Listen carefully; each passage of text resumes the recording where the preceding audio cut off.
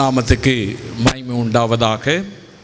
உங்கள் யாவரையும் சோஷியல் மீடியாவின் மூலமாய் பார்க்கிற அன்பு சகோதர சகோதரிகளையும் நான் ஆண்டவராக இயேசு கிறிஸ்துவின் நாமத்தில் அன்போடு கூட நான் வாழ்த்தி வரவேற்கிறேன்.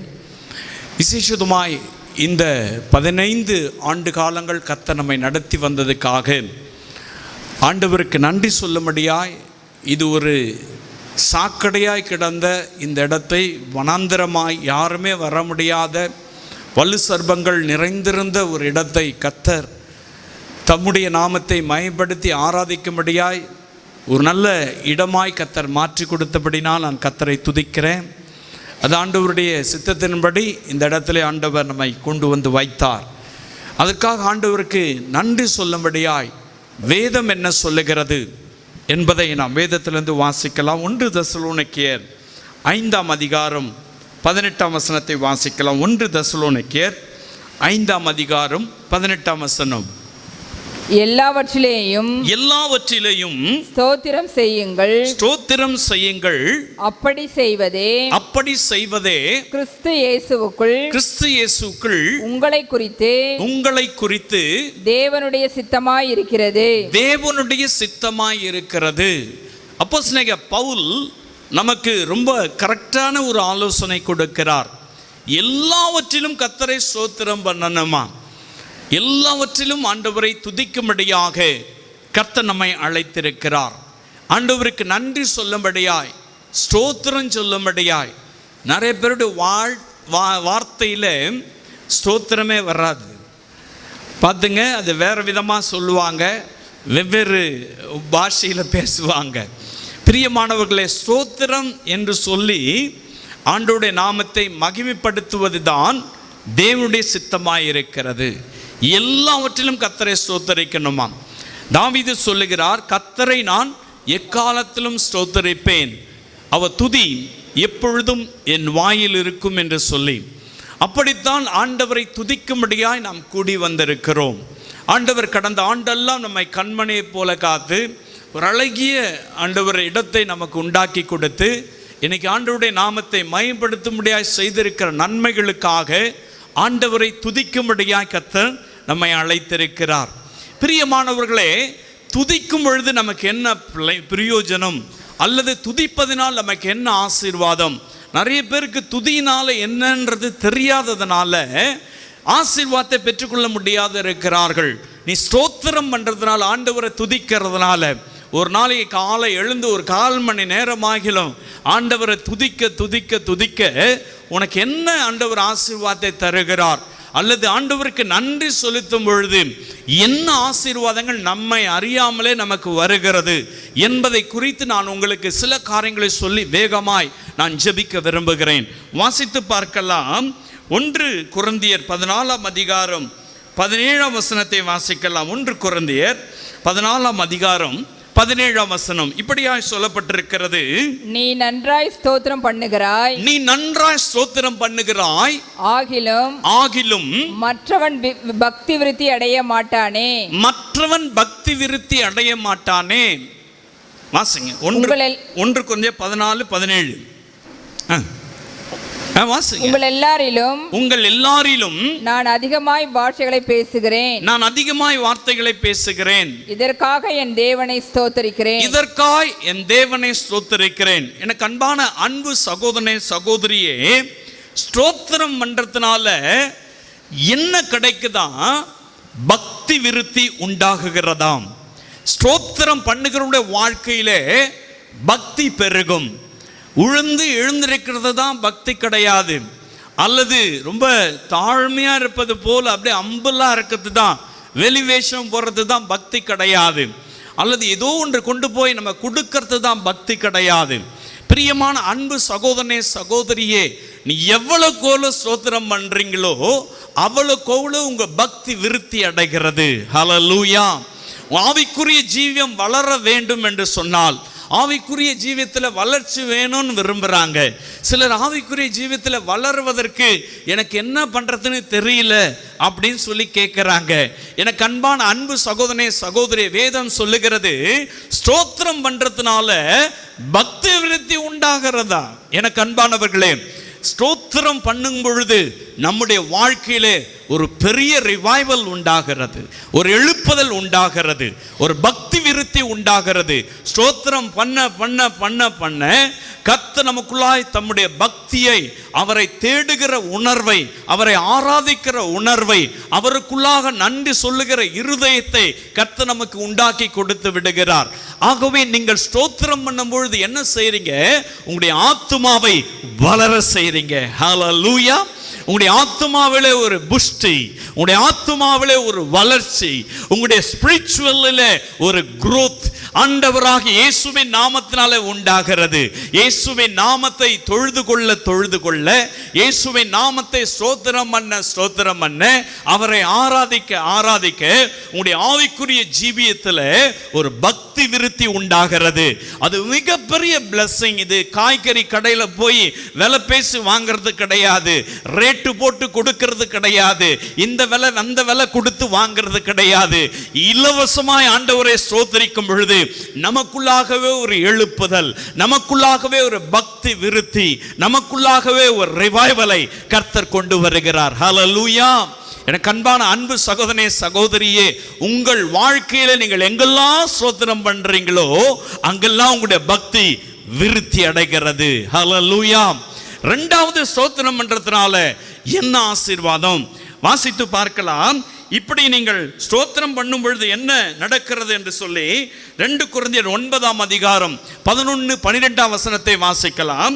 2 கொரிந்தியர் 9ஆம் அதிகாரம் 11, 12ஆம் வசனத்தை வாசிக்கலாம். தேவனுக்கு எங்களால் ஸ்தோத்திரம் உண்டாவதற்கு ஏதுவாயிருக்கும் மிகுந்த உதாரண குணத்திலே நீங்கள் எவ்விதத்திலும் சம்பூர்ணம் உள்ளவர்கள் ஆவீர்கள். இந்த தர்ம சகாயமாகிய பணிவிடை பரிசுத்தவான்களுடைய குறைவுகளை நீக்கிறதும் அல்லாமல் அநேகர் தேவனை ஸ்தோத்தரிப்பதினாலே சம்பூர்ண பலனுள்ளதாயும் இருக்கும். ஹல்லேலூயா. ஸ்தோத்திரம் பண்றதுனால என்னங்க ஆசீர்வாதம்? உன் குறை நிறைவாகி சம்பூர்ண பலன் உண்டாகுமாம். ஹல்லேலூயா.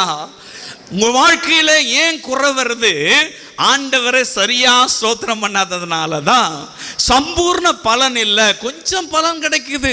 ஏதோ நான் விளைக்கிறதுனால பலன் கிடைக்குது, ஏதோ நான் வேலை செய்யறதுனால பலன் கிடைக்குது, எங்க போறதுனால அங்க போறதுனால என்னுடைய உழைப்பு நிமித்தமாய் படிப்பு நிமித்தமாய் பலன் கிடைக்குது. அப்படி நீங்க புலம்பிக் கொண்டிருக்கலாம். ஆண்டவரை ஸ்தோத்திரம் பண்ணீங்கன்னு சொன்னா சம்பூர்ணமான பலனாம். ஹல்லேலூயா. அது நிறைவான பலன். சம்பூர்ண பலன்னா குறைவில்லாத ஒரு பலன். ஹல்லேலூயா.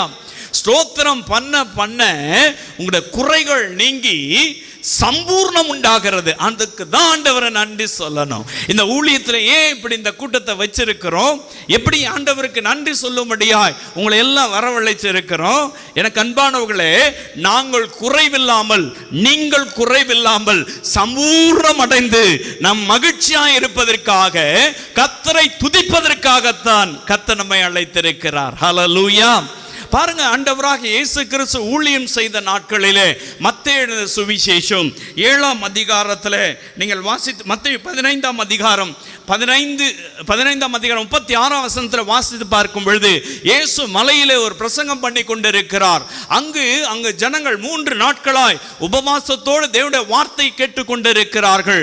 அவர்களுக்கு உணவில்லாதபடினாலே இயேசு அவர்களுக்காக பரிதபிக்கிறார். அவர்களுக்கு உணவு கொடுத்து அனுப்ப வேண்டும் என்று சொல்லி அவர் விரும்புகிறார். அப்போ அங்க சிஷ்யரிடத்துல கேட்கிறாரு. அப்ப அவங்க சொல்றாங்க, 7 அப்பங்களும் சில சிறுமீன்களும் சின்ன பையன்கிட்ட, சிறு பிள்ளைகிட்ட இருக்குது, அதுதான் இங்க இருக்கிறது அப்படின்னு சொல்லிட்டு சொல்றாங்க. இயேசு என்ன செய்கிறார் பாருங்க, 36ஆம் வசனத்தை வாசிக்கலாம். அந்த 7 அப்பங்களையும் அந்த மீன்களையும் எடுத்து ஸ்தோத்திரம் பண்ணி, கவனிங்க, அந்த 7 அப்பத்தையும் சில சிறு மீன்களை எடுத்து ஸ்தோத்திரம் பண்ணி பிட்டு தம்முடைய சீஷர்களிடத்தில் கொடுத்தார். தம்முடைய சீஷரிடத்தில் கொடுத்தார். சீஷர்கள் ஜனங்களுக்கு பரிமாறினார்கள். சீஷர்கள் ஜனங்களுக்கு பரிமாறினார்கள். எல்லாரும் சாப்பிட்டு திருப்தி அடைந்தார்கள். எல்லாரும் சாப்பிட்டு சம்பூர்ணம் அடைந்தார்கள், திருப்தி அடைந்தார்கள். பலன் ஹல்லேலூயா. மீத 7 கூட எடுத்துட்டு போனாங்க. ஹல்லேலூயா. ஸ்தோத்திரம் பண்ணும் பொழுது அந்த இடத்துல குறை, சாப்பாட்டுக்கு குறை. அங்கு இருக்கிற கடைகளிலே உணவு இல்லை, அங்கு பணம் கொடுத்தாலும் உணவு பெற்றுக்கொள்வதற்கான நிலைமை இல்லை. அப்படிப்பட்ட ஒரு குறை நிறைவானது. இயேசு பிதாவை நோக்கி ஸ்தோத்திரம் பண்ணதுனால அங்கு இருக்கப்பட்ட குறை நிறைவானது மாத்திரம் கிடையாது, அவர்கள் சாப்பிட்டு திருப்தி அடைந்தார்கள், சம்பூர்ணம் அடைந்தார்கள், மிச்சமாய் அவர்கள் கொண்டு போனார்கள். ஹல்லேலூயா. கர்த்தரை துதிப்பதனால உங்களுக்கு இந்த ஆசீர்வாதம் வரும். நீங்க ஆசீர்வாதத்தை தேடி போக தேவையில்ல. உன் தேவனாகிய கர்த்தரை முழு மனதோடு, முழு பலத்தோடு, முழு ஆத்மாவோடு அன்பு செலுத்தி அவரை துதிக்க நீ கற்றுக்கொள்ளுங்க, அவரை ஆராதிக்க தெரிந்து கொள்ளுங்க. உங்கள் வாழ்க்கையில குறைகள் நீங்கி நிறைவான சம்பூரணத்தை காண்பீர்கள். உங்களுக்கு ஆசீர்வாதம் வேணுமா? தேவனாகிய கர்த்தரை துதிங்க. ஹல்லேலூயா. ஸ்தோத்திரம் பண்ணுங்க. ஸ்தோத்திரம் பண்றதுனால உங்கள் குறைகள் நிறைவாகிறது, சம்பூர்ண பலன் உண்டாகிறது. ஹல்லேலூயா. மூன்றாவது, ஸ்தோத்திரம் பண்றதுனால என்ன ஆசீர்வாதம் நமக்கு? வாசிக்கலாம். எபேசியர் 5ஆம் அதிகாரம் 4ஆம் வசனத்தை வாசிக்கலாம். எபேசியர் 4ஆம் அதிகாரம், மன்னிக்கணும், 5ஆம் அதிகாரம் 4ஆம் வசனத்தை வாசிக்கலாம். அப்படியே வம்பும் புத்தீனமான பேச்சும் பரியாசவைகள் தகாதவைகள் ஸ்தோத்திரம் செய்தலே. நல்ல கவனிங்க. ஸ்தோத்திரம் செய்ததே தகும். என கண்பானவர்களே, அந்த வேதவசனம் சொல்லுகிறது பாருங்க, தகாத சம்பாஷணை, சகாத தர்க்கம், வாக்குவாதங்கள், இவற்றுக்கு தப்பணும் அப்படின்னு சொன்னாக்கா நீ ஸ்தோத்திரம் பண்ணு. ஹல்லேலூயா. அப்படின்னா என்ன அர்த்தம்? தேவையில்லாத பிரச்சனையை நீ அவாய்ட் பண்ணணும், தேவையில்லாத பிரச்சனை நீ சிக்காத இருக்கணும்னாக்கா கர்த்தரை ஸ்தோத்திரம் பண்ணு. ஹல்லேலூயா. தேவையில்லாத பிரச்சனை தேடி வருது பிரதர், நான் சும்மா நின்று இருந்தேன், அவங்க என்ன வந்து இப்படி பேசிட்டாங்க, நான் ஒண்ணுமே பேசல, அவங்க வந்து இப்படி பேசிட்டாங்க, இப்படி எல்லாம் சொல்லுவீங்க. வீட்டில் மாமியார் மருமகளுக்குள்ள சண்டை, கணவன் மனைவிக்குள்ள சண்டை, பிள்ளைகளுக்குள்ள சண்டை, இந்த பிரச்சனை எல்லாம் வருதுன்னு சொன்னாக்கா ஏன் வருதுனாக்கா நீங்க பேசுறதுனால வருது. அதுக்கு பதில் கர்த்தரை ஸ்தோத்திரம் பண்ணுங்க, தேவையில்லாத பிரச்சனைகள் விலகி போகும். பிரச்சனைகளை நீங்க அவாய்ட் பண்ணணும் அப்படின்னு சொன்னா ஒரே வழி கர்த்தரை துதிக்கணும். கர்த்தரை துதிப்பதனால பிரச்சனைகள் நீங்கி விடும். ஹல்லேலூயா. இந்த உலகத்துல பிரச்சனை இல்லாத இடமே கிடையாது. நீ வேலைக்கு போனாலும் பிரச்சனை, வீட்டுக்கு வந்தாலும் பிரச்சனை, படுத்து தூங்கினாலும் பிரச்சனை, காலையில் எழுந்தாலும் பிரச்சனை, எங்கு போனாலும் பிரச்சனை, சபைக்கு போனாலும் பிரச்சனை, எங்கு போனாலும் பிரச்சனை, ஏதாகிலும் ஒரு பிரச்சனை நம்ம சூழ்ந்து கொண்டே இருக்கிறது. பிரியமானவர்களே, இந்த பிரச்சனையிலிருந்து தப்பிப்பதற்கு ஆண்டவருடைய வசனம் சொல்லுகிறது, ஸ்தோத்திரம் பண்ணுதலே தகும். தேவையில்லாத பிரச்சனைகள் உங்களை விட்டு விலகணும்னாக்கா நீங்க ஸ்தோத்திரம் பண்ணணும். அப்ப ஸ்தோத்திரம் பண்றதுனால எனக்கு என்ன ஆசீர்வாதம்? தேவையில்லாத பிரச்சனை என்னை விட்டு விலகுது. நான் பீஸ் ஆஃப் மைண்டோடு கூட இருக்கிறேன், நான் சமாதானத்தோடு கூட இருக்கிறேன், நான் ஆண்டவரை முழு மனதோடு கூட ஆராதிக்க முடிகிறது, ஆண்டவருடைய சித்தத்தை நிறைவேற்ற முடிகிறது. உலக கவலைகள் எனக்குள்ள வரல. காரணம் என்ன? நான் ஸ்தோத்திரம் பண்றதுனால என்னை சூழ வருகிற பிரச்சனைகள், என்னை நெருங்கி வருகிற பாவம், என்னை நெருங்கி வருகிற பிரச்சனை என்னை விட்டு அகன்று போகிறது. ஹல்லேலூயா. எவ்வளவு பெரிய ஆசீர்வாதம் இல்ல? எனக்கு பிரச்சனை அப்படின்னு சொல்லி கேட்குறீங்கல்ல, இந்த பிரச்சனை அந்த பிரச்சனை, இவ்வளோ கஷ்டப்படுறேன், அவ்வளோ கஷ்டப்படுறேன், அங்கே அப்படி பேசுகிறாங்க, இங்கே போய் அப்படி பேசுகிறாங்க. உங்களுக்கு ஒரே ஒரு ஆலோசனை தான் கர்த்தர் சொல்றா, ஸ்தோத்திரம் பண்ணுறது தான் தகும். நீ வேற எந்த காரியத்தையும் செய்யாத. ஹல்லேலூயா. அங்கே போய் இங்கே போய் எந்த காரியத்தையும் சொல்லாத. ஸ்தோத்திரம் பண்ண ஆரம்பிங்க, பிரச்சனையிலேருந்து வெளியில் வந்துடுவீங்க, குழப்பத்திலேருந்து வெளியில் வந்துடுவீங்க, போராட்டத்திலேருந்து வெளியில் வந்துடுவீங்க. ஸ்தோத்திரம் பண்ணுறதுனால உங்களுக்கு என்ன ஆசீர்வாதம் அப்படின்னாக்கா பிரச்சனை இல்லாத ஒரு வாழ்க்கை கிடைக்கிறது. ஹல்லேலூயா. ஹல்லேலூயா. ஸ்தோத்திரத்தில் அவ்வளோ ஆசீர்வாதம் இருக்குங்க. ஸ்தோத்திரம் பண்றதுனால அவ்வளோ ஆசீர்வாதம். ஹல்லேலூயா. இன்னொரு வசனம் சொல்லுகிறது பாருங்க, வாசிக்கலாம். அப்போஸ்தலர் நடவடிக்கை புத்தகம் 28ஆம் அதிகாரம் 15ஆம் வசனத்தை வாசிக்கலாம். ஸ்தோத்திரம் பண்றதுனால எனக்கு என்ன அப்படின்னு கேட்டாங்க. அப்போஸ்தலர் பவுல் சொல்றார், கேளுங்க, வாசிக்கலாம். அவ்விடத்தில் உள்ள சகோதரர்கள் நாங்கள் வருகிற செய்தியை கேள்விப்பட்டு சிலர் அப்பியுபுரம் வரைக்கும் சிலர் 3 சத்திரம் வரைக்கும் எதிர்கொண்டு வந்தார்கள். அவர்களை பவுல் கண்டு தேவனை ஸ்தோத்தரித்து தைரியம் அடைந்தான்.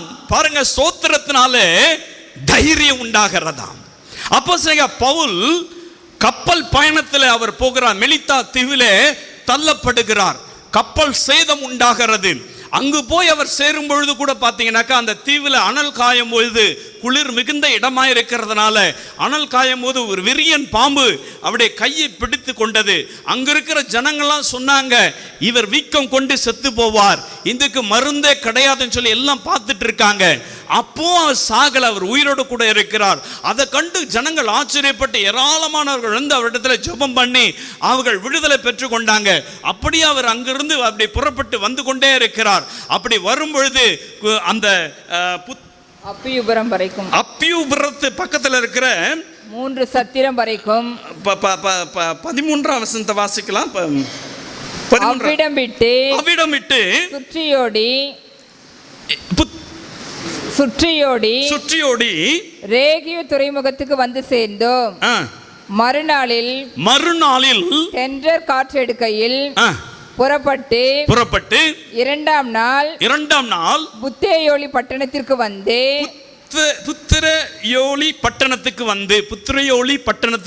வந்து அங்கே சகோதரரை கண்டோம். அந்த பட்டணத்துக்கு வந்து அவங்க அந்த ஜனங்களை அவங்க சகோதரரை பார்த்த உடனே ஸ்தோத்திரம் பண்ணதுனால என்ன கிடைச்சுதான்? தைரியம் கிடைச்சுச்சான். ஹல்லேலூயா. அதுவரை அவங்க கண்ணீர், போராட்டம், கவலைகள், ஊழியத்தில் பயங்கர பிரச்சனைகள், உயிர் பிழைப்போமோ என்று சொல்லுகிற கலக்கம், விஷ ஜந்துக்களால பிரச்சனை எல்லாவற்றையும் தாண்டி வர்றாங்க. இப்ப ஸ்தோத்திரம் பண்ணதுனால அவங்களுக்குள்ள என்ன வந்துச்சு? அந்த சகோதரரை பார்த்த உடனே தைரியம் வந்துடுச்சு. ஹல்லேலூயா. கர்த்தர் தைரியத்தை கொடுக்கிறார். ஐயோ, கோழையா இருக்கீங்களா? பயந்து போயிருக்கீங்களா? ஏதோ ஒரு காரியத்தில் நடுக்கத்தோடு இருக்கிறீங்களா? இது ஏன் இப்படி நடக்குது?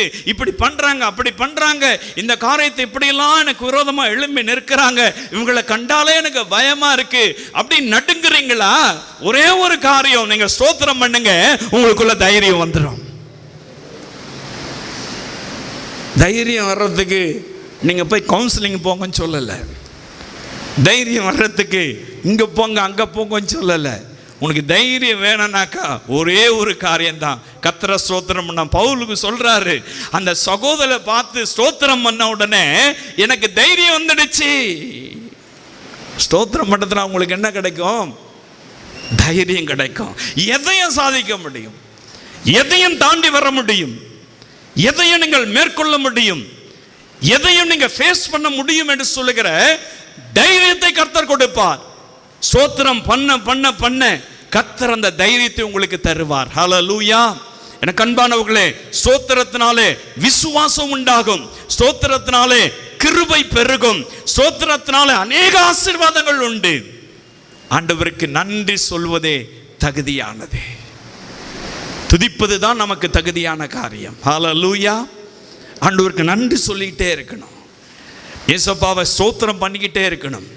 ஸ்தோத்திரம் பண்ணுகிறவன் என்னை மகிமைப்படுத்துகிறான். ஹல்லேலூயா. ஸ்தோத்திரம் பண்றது தான் நமக்கு மிகப்பெரிய ஆசீர்வாதம். ஆசீர்வாதம் வேணும் ஆண்டவரன்னு கேட்காதீங்க. இதை தாங்க, அப்படி என்ன ஆசீர்வாதிங்க, இப்படி என்ன உயர்த்தி வைங்க, இதை கொடுத்து என்ன கனப்படுத்துங்க. ஐயா, நீ இப்படி ஜெபம் பண்றதுனால நீ சுயமா கேட்டு எதையும் வாங்கி எதையும் சாதிக்க முடியாது. கர்த்தரை ஸ்தோத்திரம் பண்ணி பாருங்க, எவ்வளவு ஆசீர்வாதங்கள் இருக்கு, உங்களை தேடி வருங்க. வாயை திறந்து ஸ்தோத்திரம் பண்றதுக்கு மறந்துடுறோம் சில நேரங்களில். ஸ்தோத்திரம் பண்ணுங்க ஸ்தோத்திரம் பண்ணுங்க சொல்ல வேண்டியதாக இருக்கும். ஆராதனையில் ஆண்டவரை துதிங்க துதிங்கன்னு ஒவ்வொரு ஊழியக்காரன் போராடிட்டு இருப்பாங்க. ஆண்டவரை ஆராதிங்க துதிங்க துதிங்கன்னு வாயை திறக்கவும் மாட்டாங்க. வீட்டில் போனால் வா இந்த கடைசியிலேருந்து அந்த கடைசிக்கு கிளியும். சத்தம் பார்த்தீங்கன்னா இங்கேருந்து அங்கே ரோட்டில் கேட்கும். ஆனால் பாருங்க, இங்கே வந்து ஆண்டவர் ஆராதிக்கிறதுக்கு வாயை திறக்காது. நாவே வாயில் வெளியில் வர சோத்திரமே வராது. ஒரு மைக்கு கொண்டு போய் வாயில் வச்சா கூட கேட்காது. எல்லார் வாயில ஒரு மைக்கு வச்சு ஆண்டவர் ஆராதிங்கன்னு சொன்னா கூட சத்தம் கேட்காது. என்ன வாயை திறக்கிறது கிடையாது. அதனால தான் ஆசீர்வாதத்தை பெற்றுக்கொள்றது கிடையாது. பாருங்க, ஸ்தோத்திரம் பண்றதுனால இவ்வளவு ஆசீர்வாதங்கள் இருக்கு. ஆண்டவருக்கு நன்றி சொல்லத்தினால இவ்வளவு ஆசீர்வாதங்களை பெற்றுக்கொள்றீங்க. எனக்கு அன்பானவர்களே, ஸ்தோத்திரம் பண்ணி பண்ணி தான் கர்த்தர் இந்த அளவுக்கு நம்மை கொண்டு வந்திருக்கிறார். ஹல்லேலூயா. வேற ஒன்றும் ஆண்டவரே இதை செய்யுங்க அதை செய்யலாம் கேட்கறது கிடையாது. ஆண்டவருக்கு ஸ்தோத்திரம், ஆண்டவருக்கு நன்றி சொல்றது அவ்வளவுதான். ஆண்டவரே இந்த லைட்டு கொடுத்தீங்களே உமக்கு ஸ்தோத்திரம். ஆண்டவரே இந்த விதமான அமைப்புகளை எங்களுக்கு கொடுத்தீங்களோ உமக்கு ஸ்தோத்திரம். இந்த தேவைகளை சந்தித்தீங்களோ உமக்கு ஸ்தோத்திரம். ஆண்டவரை ஸ்தோத்திரம் பண்ண பண்ண பண்ண தைரியம் வந்து அடுத்து செய்யலாம், அடுத்த காரியத்தை போகலாம், அடுத்த ஸ்டெப் வைக்கலாம், அடுத்து நம்ம இப்படி பண்ணலாம். ஒண்ணுமே இருக்காது கையில், ஆனா பெரிய அளவில் பிளான் பண்ணுவோம். ஹல்லேலூயா. அதுதான் ஸ்தோத்திரத்தினுடைய தைரியம். சரி, உங்களுக்கு தெரியாத, நான் அப்படிதான் பண்ணுவேன். அந்த தைரியத்தை கர்த்தர் கொடுக்கிறது அதுதான். ஒண்ணுமே இல்லாட்டாலும் ஸ்தோத்திரம் பண்ணும் பொழுது கர்த்தர் என்ன பண்ணுவார்? அந்த தைரியத்தை கொடுத்துருவார். எடுத்து காலவை. ஹல்லேலூயா. அவர் எல்லாத்தையும் பார்த்துக்குவார். ஆமென். ஹல்லேலூயா. கர்த்தர் நல்லவர். நீங்க ஸ்தோத்திரம் பண்ணி பாருங்க, இவ்வளவு ஆசீர்வாதங்களுக்கு நிறைய சொல்ல முடியும். ஏராளமான ஆசீர்வாதம். டைம் இல்லை, வேகமா முடிச்சிடுறேன். கர்த்தர் உங்களை ஆசீர்வதிக்கணும்னு சொன்னா ஆசீர்வாதத்தை பெற்றுக்கொள்ள மனிதர்கள் அல்ல, கர்த்தர் தான் உங்களை ஆசீர்வதிக்கிறார். கர்த்தர் உங்களை ஆசீர்வதிக்கணும்னாக்கா நீங்க ஆண்டவரை மனதார துதிங்க, ஆண்டவருக்கு ஸ்தோத்திர பலியிடுங்க, ஆண்டவரை ஸ்தோத்திரம் பண்ணுங்க. நல்ல வாயை திறந்து.